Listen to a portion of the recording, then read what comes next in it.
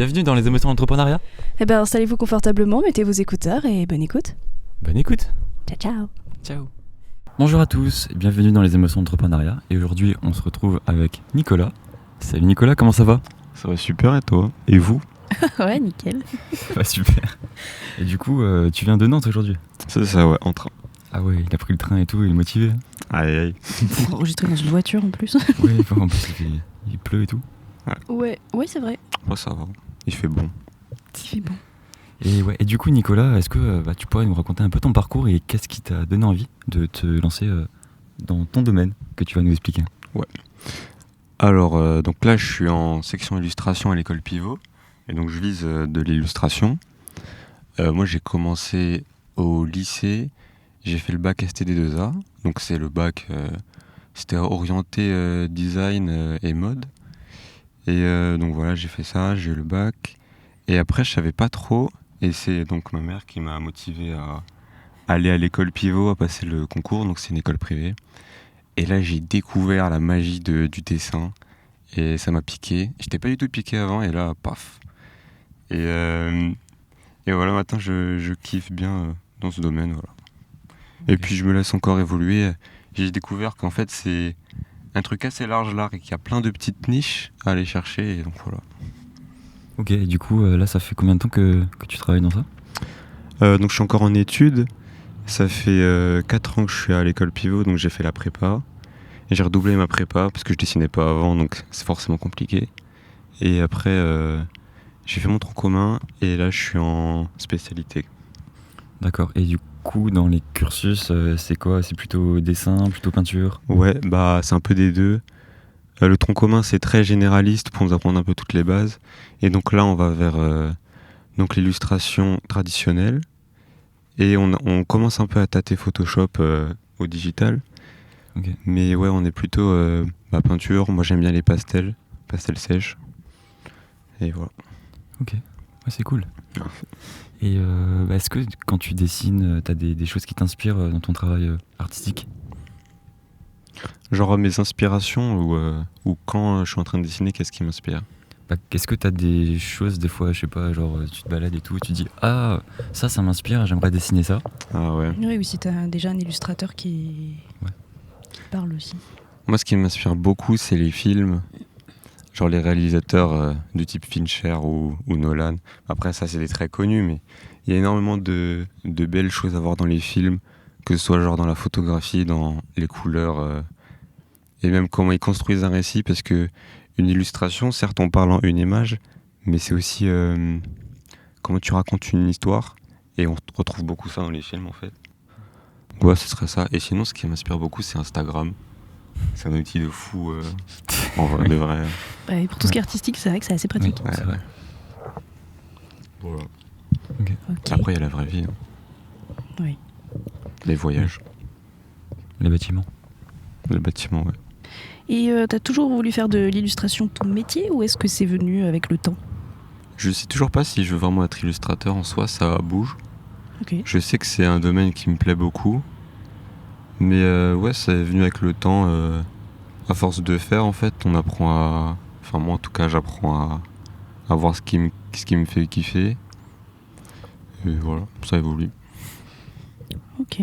Et comment tu gères ton temps entre tes études, tes projets perso, ton apprentissage de nouvelles techniques? Alors, avec mon emploi du temps en cours, on a beaucoup de temps libre quand même. Donc, j'ai un taf à côté pour payer mes études.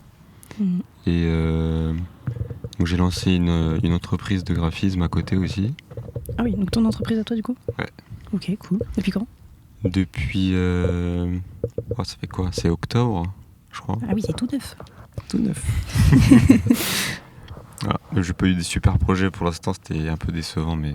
Ah, c'est le début quoi. C'est le début, c'est ouais. Le temps que ça se lance. Le temps d'avoir des bons clients. Et sinon, en termes de temps, en vrai, ça va. J'arrive à... C'est bizarre, genre, j'ai l'impression que j'ai l'instinct. J'arrive à savoir, ce taf, il va me prendre tant d'heures. Et du coup, tout est calé automatiquement. Et mon corps, il a une réaction de stress quand il faut que je me dépêche ou quand je suis large, je le sais. Par exemple, là, j'ai pas taffé du week-end parce que je sais très bien que je suis large. Je suis un peu en avance en vrai. Mais c'est à force de faire. Ouais. Là, c'est la pratique, ouais. Ouais. Ok. Mais après, il y a aussi Je sais que j'ai des potes, ils passent 30 heures sur des rendus et moi j'en passe 5, donc forcément, pour avoir la même note. Donc forcément, si je suis plus efficace, entre guillemets, et que j'ai besoin de moins de temps, voilà, c'est plus facile de s'organiser. T'as des facilités en fait. Ouais, voilà. Après, c'est déjà arrivé que tu passes, je sais pas, des nuits où t'étais genre trop short dans le timing et du coup tu passais trop de temps. Déjà, travailler la nuit, c'est un délire. Parce que, surtout dans l'art, parce qu'en fait, quand on peint, enfin, quand on traite de la couleur, elle est différente en fonction de si on peint le jour ou la nuit. Et du coup, après, c'est peut-être un autre sujet, je sais pas. Mais du coup, la nuit, il y a tout un temps où tu fais en sorte que ton éclairage il soit neutre, pas chaud, pas froid, neutre, pour que quand tu peignes, les couleurs soient justes. Et du coup, tu perds beaucoup de temps. Et moi, je sais, en prépa surtout, quand j'arrivais pas à gérer et que ça me prenait beaucoup de temps, j'ai fait énormément de nuits blanches. J'étais fait 70 heures semaine, c'était horrible. C'est pour ça que maintenant tu sais mieux gérer aussi, quoi. Oui, et que maintenant je ne taffe plus du tout. J'ai arrêté. Ah ouais, en fait c'est un métier pépère. Ah non, pas. En vrai, non. Mais après, je suis en études, là, c'est différent. Oui. Je sais, dans 2 ans, ça va beaucoup travailler. Et est-ce que tu as eu du coup un gros challenge ou quelque chose vraiment qui, je sais pas, que t'as rendu une genre de montagne à franchir et tu t'es dit, waouh, je vais avoir tout ce taf à faire? Il y a des semaines où, souvent à la veille des vacances, pas la semaine avant les vacances, mais ça c'est pour quand on est en études, où ouais, t'as tous les rendus dans la semaine et il faut pas être en retard parce que tu dors pas beaucoup, du coup. Mais sinon, il y a des déclics qu'on a. En prépa, il faut avoir ces déclics pour s'améliorer. Et du coup, ouais, je sais pas, le challenge en termes d'organisation, ce serait avant la veille des vacances, la dernière semaine de vacances, de cours avant les vacances. Où là t'as plein de choses et c'est le rush. Oui, il faut tout rendre. Et sinon, ce serait le vrai challenge en vrai dans les études, c'est d'avoir les déclics assez tôt, enfin pas trop tard en tout cas. Moi je sais, j'ai eu un déclic tard en prépa. Heureusement que je l'ai eu, sinon j'aurais pas passé l'année, tu vois. Mais ouais, c'est de comprendre des trucs et d'avancer. Ok, mais qu'est-ce que tu appelles un déclic? C'est inexplicable en vrai. C'est genre, tu crées, tu te prends des tôles et des notes de merde et tu comprends pas parce que tu fais de ton mieux. Et à un moment, à force de faire, paf, ça marche. Et tu sais pas pourquoi. Et c'est un déclic, genre. Je sais pas comment l'expliquer, mais en vrai, c'est juste à force de pratique. C'est l'expérience. Oui, voilà, c'est ça. C'est à force de faire et t'es obstiné et paf. Et est-ce que dans ton parcours, t'as des anecdotes drôles ou surprenantes à nous raconter? Alors, j'ai réfléchi à ça dans le train. Parce que je me suis dit, attends, il y a forcément des trucs un peu cons. J'en ai une pas drôle, mais en vrai qui est bien stylée. Il y a l'illustrateur et le metteur en scène de la BD Le Château des Animaux qui sont venus à l'école Pivot. Donc c'est des gens grave connus. J'ai même vu leur tome à l'aéroport à Nantes. Donc je me suis dit, je connais ces gens, j'ai leur adresse mail. Je vais faire un stage peut-être chez eux. C'est incroyable en vrai. Donc ça, ce serait une dinguerie. Ah, ça serait ton but là? Ouais, chez le metteur en scène, ce serait génial. Parce que je trouve les metteurs en scène, c'est un peu comme les réals. Ils ont une vision de la narration, un truc d'ensemble. Et je trouve ça incroyable en vrai. C'est passionnant, je trouve. Comment naissent tes idées, tes illustrations, processus de création? Tu travailles plus sur quoi d'ailleurs concrètement c'est quoi ton travail d'illustrateur que tu fais le plus? Il y a 2 types de taf. Il y a les tafs pour moi et les tafs pour l'école. Mm-hmm. Les tafs pour moi, c'est par exemple, en fait, c'est un peu, ça vient comme ça dans la journée. Il y a un truc qui tourne comme une machine à laver dans le ventre, comme ça. Toute la journée, ça tourne. Et j'ai pas envie d'y aller, parce que je sais que je vais devoir sortir un truc. Ça, c'est pour les tafs pour moi. Mm-hmm. Et à un moment, je mets mes écouteurs et ça part, et c'est la magie. Et après, donc c'est beaucoup plus instinctif. Mm-hmm. Et après, pour l'école, c'est plus réfléchi, dans le sens où on a des sujets. Et t'as des exemples de sujets? par exemple, là, on doit faire 4 illustrations qui racontent une image. Donc on a... En gros, c'est une scène de quelqu'un qui se fait kidnapper. On voit son ami en premier plan en silhouette sur les 3 premières images. Et à la fin, c'est la libération de l'ami. Ok. Donc on doit faire 4 illustrations sur ça avec des contraintes du coup. Ça du coup ça se réfléchit beaucoup plus parce que faut quand même créer un truc un peu cohérent qui se tient. Donc voilà, après du coup quand c'est pour des sujets comme ça, j'aime bien me mettre dans une bulle, écouter de la musique sans paroles. C'est très important, de la musique ambiante, parce que les paroles ça influence et du coup c'est moins personnel. Et du coup ça te perturbe? Ouais, mais c'est pas bien pour la concentration même. Genre les musiques de films, c'est incroyable, c'est pour ça que j'adore les films. C'est incroyable parce que c'est des musiques d'ambiance qui te mettent dans un univers, dans un mood. Et du coup, ça te fait sortir des trucs de dingue que t'aurais pas pensé sinon. Voilà, et après je fais des petits crayonnés. Et mes idées se construisent comme ça au fur et à mesure, quoi. Qu'est-ce que t'appelles crayonner? Des crayonnés, c'est des petits dessins jetés. On se soucie pas de si c'est beau ou pas. C'est juste pour poser quelque chose sur le papier. Et si c'est intéressant et que ça a du sens, au fur et à mesure que je dessine, je reviens dessus, je l'améliore. C'est un peu comme un brouillon finalement. Voilà, c'est un brouillon, mais dessiné, quoi. Ok. Et est-ce que tu as déjà essayé de transformer certaines de tes créations en projets d'entrepreneuriat pour la vente, des collaborations ou des ateliers J'aimerais beaucoup faire des expos. Ok. Mais il faut... En vrai, j'ai le temps. J'ai dit avant que je glande rien, donc là, j'ai plus d'excuses. En vrai, j'ai le temps. Mais il faut que je me lance dans la peinture à l'huile. Si je fais des expos, je pense que je les fais à l'huile. Et c'est un big truc. Donc pour l'instant, je repousse l'échéance, parce que ça me fait peur. Et c'est normal. Peinture à l'huile, c'est... Voilà, mais il faut que j'y aille. Et voilà. Et sinon, j'avais testé avec le graphisme, parce que c'est un truc qui me tient moins à cœur, donc je me suis dit, go, tenter. Et voilà. Okay. Donc ça serait vraiment faire des expos et tout. Ouais, les expos, je kifferais. Dans quelle ville? Ou est-ce que c'est une expo phare que t'aimerais faire? J'aimerais beaucoup être à la galerie Daniel Maguen, mais ça, c'est un peu tout le monde. Enfin, tous les illustrateurs, la majorité des gens très très chauds, ils sont là-bas, genre Frédéric Pillot,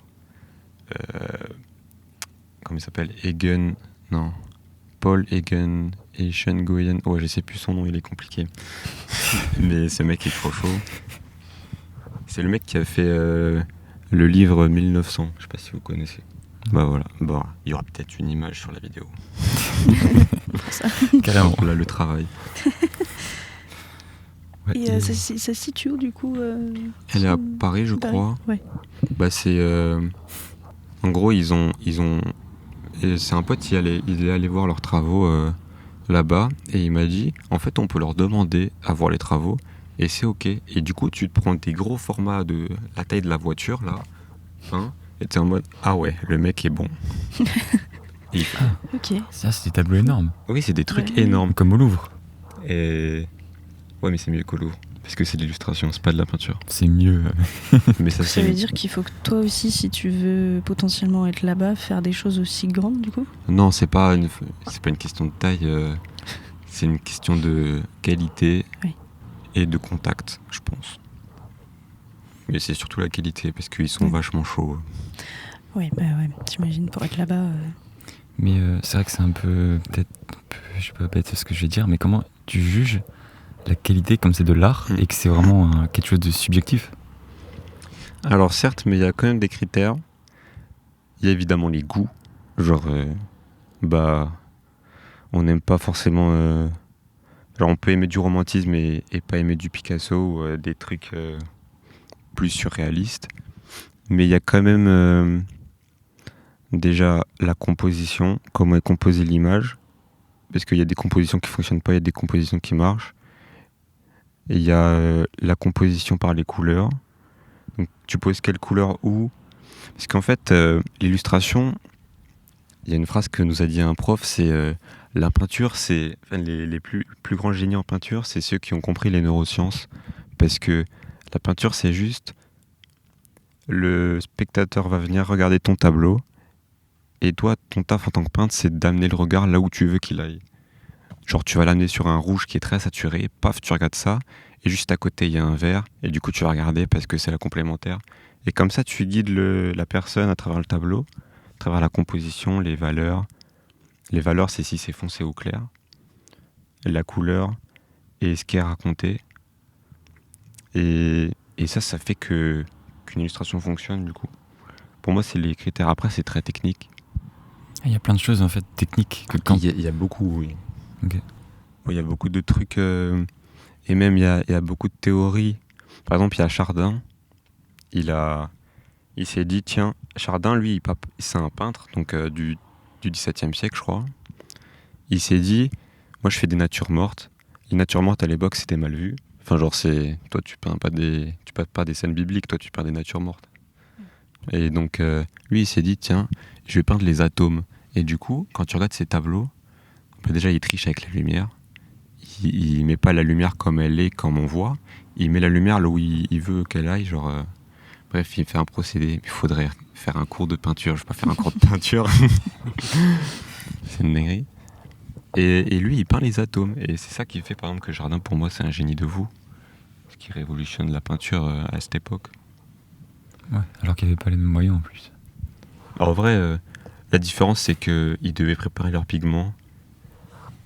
Alors que nous, on les a tout frais dans des tubes je vais pas dire de marque, mais... Ah oui. Oui. Là, ils devaient avant, créer oui. leur peinture. Bah... Je vais pas expliquer comment c'est fait la peinture, mais oui, du coup, ils devaient prendre les pigments, le liant, et tout ça, quoi. Et faire leur tambouille. Et puis, c'est encore plus complexe parce que t'as des pigments véritables, c'est les vrais pigments qui coûtent plus cher, puis t'as des pigments qui sont des copies ou des trucs moins chers qui imitent, par exemple, le cobalt, ça coûte hyper cher. Ou le cadmium, ça coûte hyper cher. Et donc, t'as des copies qui coûtent moins cher. Et encore maintenant, dans les tubes... Ouais. Et est-ce que t'as des illustrations dont tu es fier ? Ça, je réfléchis à cette question. Et ça pose un problème. Parce que si je suis fier, ça veut dire que je place mon ego là-dedans. Et moi, j'aime pas placer mon ego dans un truc que je crée, puisque ça vient du cœur. Donc, c'est paradoxal, genre. Du coup, j'ai pas vraiment de trucs que je suis fier, enfin, dont je suis fier. Mais j'ai des illustrations où j'ai un souvenir marqué quand je les ai faites. On avait une semaine en prépa où c'était avant les vacances de Noël. Et en gros, on avait une semaine où on était libre de faire ce qu'on voulait. Alors que de base, on avait tout le temps des sujets. Et là, on était en mode une semaine de free. Et j'ai passé une semaine dingue, j'étais dans ma bulle. Je dessinais des trucs. Mais du coup, j'ai fait le tableau pour peut-être le décrire. C'est un triptyque, donc c'est 3 parties sur un A3, un format A3. Et donc il y a l'enfer en valeur de gris à gauche, au crayon de bois. Le purgatoire en valeur de gris au milieu, avec la lumière du paradis en couleur, et la porte du purgatoire. Et puis le paradis à droite en couleur, à la gauche. Et du coup, j'ai kiffé faire ce truc parce que je suis allé dans un univers de dingue. Et c'était au moment où il y a Lonepsy, c'est un chanteur, qui a sorti un album qui est Au sommet de ma tour. Et donc justement, j'ai peint cet album, parce que j'ai fait une tour à chaque fois avec un mec au sommet. Et c'était génial. C'est tombé grave au bon moment, genre. C'était fou, l'alignement des astres. Ah ouais. Voilà. Est-ce que t'as une image et tout qu'on peut mettre en petite vidéo ?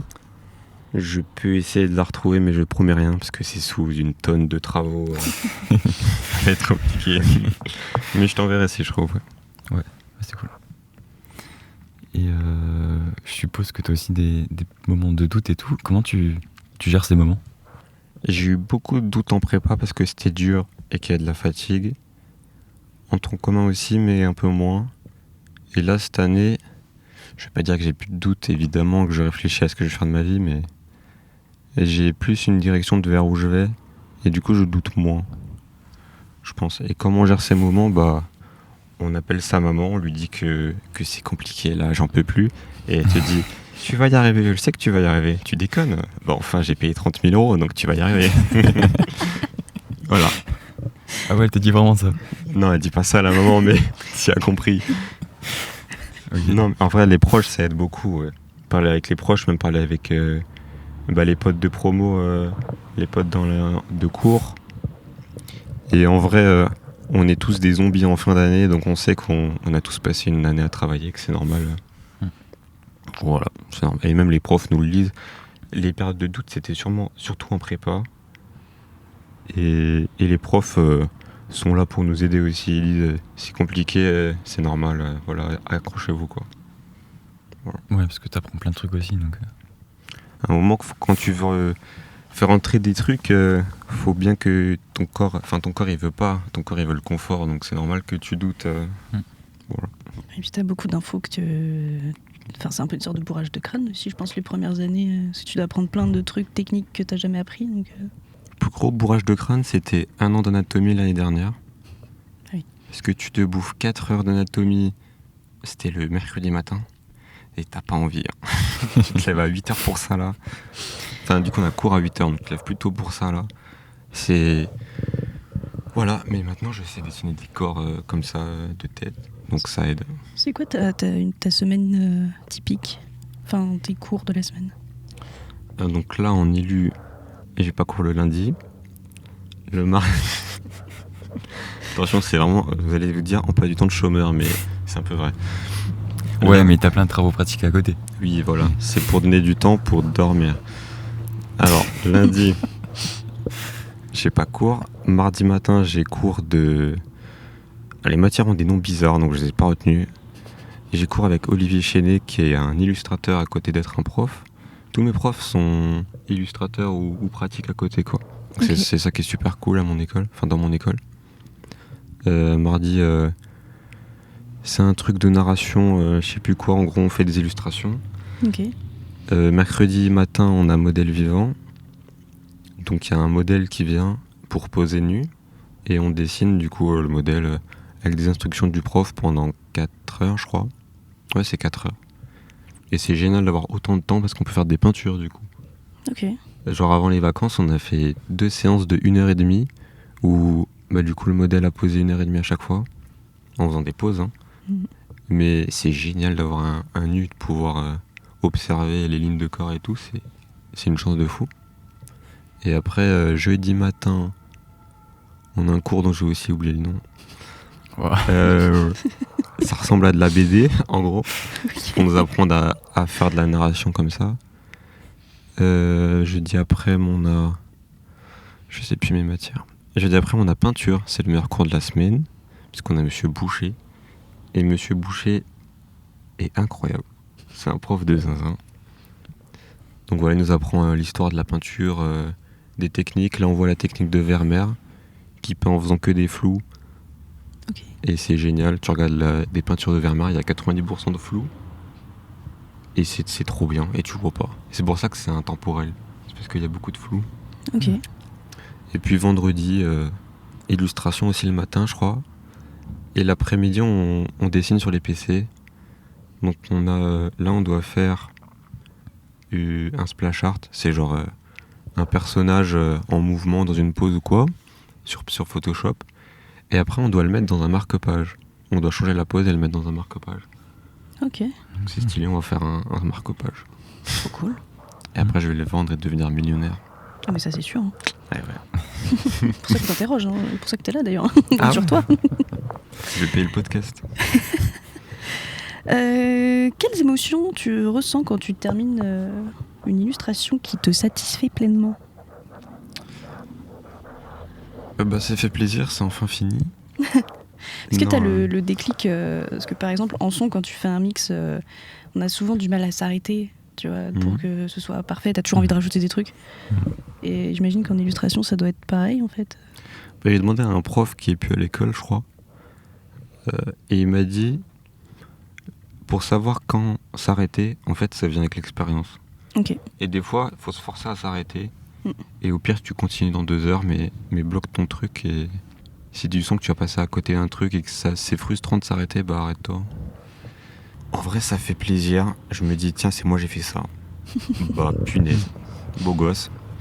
Et à part ça, après, j'essaie de passer parce que je veux pas mettre de fierté dans mes tafs.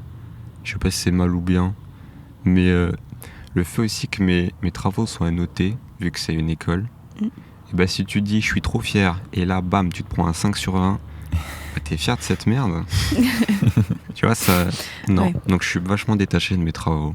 Genre Ok. pour moi, je délivre un truc, et après les gens aiment ou aiment pas. Mais j'ai donné, j'ai fait de mon mieux, voilà. Mm. Ok. Du coup, justement, pour savoir, ok, cette œuvre est finie, Ouais. qu'est-ce qui fait que tu te dis là, c'est fini? C'est un feeling ou... Alors moi je fais un truc, je mets mes illustrations au fond de mon appart, dans le noir, et je vois si ça marche bien dans l'ombre. Et si ça marche bien, bah j'arrête. Ok. Voilà. Parce que dans l'ombre tu vois mieux que dans la lumière. C'est bizarre mais je trouve que ça marche de fond. Si t'as fait un tableau ou quelque chose pas en couleur ou tout sombre, dans l'ombre tu le vois pas. Bah si, parce que si tu fais un truc tout sombre, il y a forcément de la lumière. Sinon tu fais un truc trop sombre. Sinon c'est mal contrasté. Et justement, si... Je sais plus qui c'est qui faisait ça, mais il y a un peintre, moi j'ai entendu ça d'un peintre, il mettait ses tableaux dans le fond de son atelier, il y revenait plus, et ça restait dans l'ombre de son atelier, et il peignait d'autres tableaux, et des fois il jetait un œil, il disait « Ah, ça j'aime pas », il note à chaque fois ce qu'il aime pas, et après il améliore. Et je trouve que c'est une technique de fou en vrai. Parce que du coup t'observes plus vraiment, c'est ta vision périphérique, c'est stylé, voilà. Oui, c'est un peu, à force d'avoir les yeux dessus, tu finis par plus trop savoir ce qui vient ou pas. Donc, Ouais. À force de trop travailler dessus, tu vois plus. tu as besoin de faire une pause avec tes yeux, quoi. Du coup, faut fixer. Soit tu regardes loin, soit tu regardes un mur blanc Ok. pour reset les yeux, réinitialiser. Du coup, c'est bizarre des fois, mais tu Des fois, marches on te dans la voit rue. tout seul comme ça en train de On va fixer un devoir- mur blanc. Wow. Je reset mes yeux. Voilà. Laisse-moi tranquille, je suis en mode reset. Et quel conseil tu donnerais à un jeune créatif qui hésite à se lancer dans ses projets perso? Bah, faut pas qu'il hésite si c'est un jeune créatif. C'est qu'il a déjà ça en lui, donc faut juste qu'il y aille. Et au pire, bah, il fait. C'est bateau, mais il fait, il rate. Ça veut rien dire rater, c'est de l'art. Voilà. Il fait, il refait. Et à un moment, les gens ils disent « Ouah, t'es trop fort, mec, tu dessines. T'es trop fort en dessin, ou en peinture, ou en art, ou en musique, en n'importe quoi. » Faut juste faire, je pense. Parce que regarder les autres, en vrai, c'est important, mais c'est aussi faire qui fait qu'on a de la valeur après. Voilà. Ouais, et que tu progresses aussi. Après, on progresse beaucoup en observant. Mais la pratique, c'est quand même important. Ça permet d'appliquer ce que t'as pu voir chez des autres. Ouais, tout à fait. Ouais. Où est-ce qu'on pourrait suivre ton travail et tes projets? Instagram, c'est magnifique. Alors, je suis en train de mettre des travaux petit à petit. Donc là, je crois il y a 5 ou 6 posts. Donc ouais, sur Insta, il y a mon Behance où je mets plus du graphisme. Et voilà, c'est déjà bien. Est-ce que tu aurais des conseils à donner à d'autres étudiants mais qui aimeraient se faire connaître? Attends, il y a une belle voiture. On est au Mans. C'est vrai. Bah en vrai, je suis pas connu, donc je sais pas si je peux donner des conseils pour se faire connaître. Faire un podcast chez un jeune indépendant, ça peut être pas mal. Genre par exemple c'est quoi ici? C'est G Productions et Soulward, c'est ça? Okay. Ah ouais, bah voilà, par exemple ça c'est pas mal pour la visibilité. Après il y a poster régulièrement sur Instagram, ce que je ne fais absolument pas. Et il y a je sais que les trucs genre Inktober, les concours comme ça sur Insta, c'est pas mal. Parce que ça fait qu'on poste régulièrement et les gens ils viennent regarder. Donc il y a une hype autour de ces trucs. Et sinon, il y a les Art to Play, il y en a à Nantes.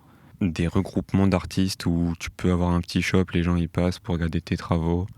C'est pas mal en vrai. J'ai déjà vu mes profs là-bas. J'ai rencontré un de mes profs là-bas. Ouais. Donc c'est que c'est important quoi. Et sinon, pour faire se connaître, t'envoies un portfolio bien carré à une maison d'édition, à un galeriste ou quoi. Et s'il te prend, bah ça te fait de la visibilité après quoi. Voilà, faut tenter. Et on parlait de quoi tout à l'heure? De Behance, c'est ça? Behance. Qu'est-ce que c'est? C'est un site comme Instagram, sauf que Behance c'est pour les designers, les graphistes. C'est plus pour la communication visuelle. Et il y a un peu de digital painting, la peinture au numérique. C'est un genre de site portfolio, quoi.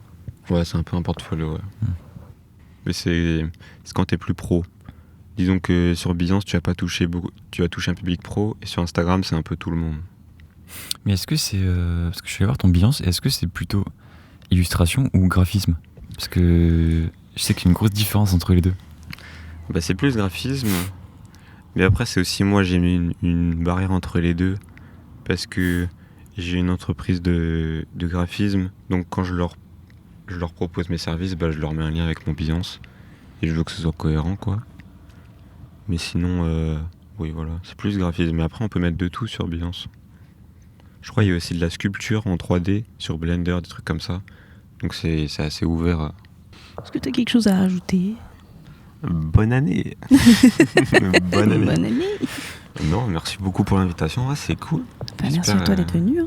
Oui, carrément. J'espère que j'ai pas raconté des trucs un peu perchés, parce que je me rends compte des fois quand je parle à mes proches, je commence à parler de peinture et là je parle tout seul, donc voilà. Est-ce qu'il faut être un peu perché pour faire de l'art finalement?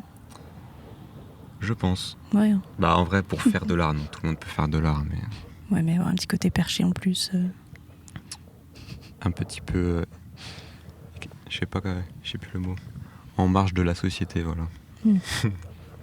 Donc perché pour les gens qui sont pas en marge de la société du coup. Oui. Qu'est-ce que la normalité finalement? On y revient. Finalement, alors ça c'est la deuxième partie du podcast. Non, pas du tout. Merci beaucoup. Ok, bah merci à toi. Ouais. Merci beaucoup de nous avoir écoutés. Si vous souhaitez le suivre, n'hésitez pas à aller sur ses réseaux, donc Instagram ou Behance. Les liens seront dans la description. Des petits liens dans la description. Et n'hésitez pas aussi à nous suivre, nous, pour de nouvelles aventures, de nouveaux podcasts, et suivre l'épisode d'avant si vous ne l'avez pas vu aussi. Et voilà, donc ça sera sur le World Studio ou G-Production. Voilà, bah des bisous. Des bisous. Salut. Salut la commu.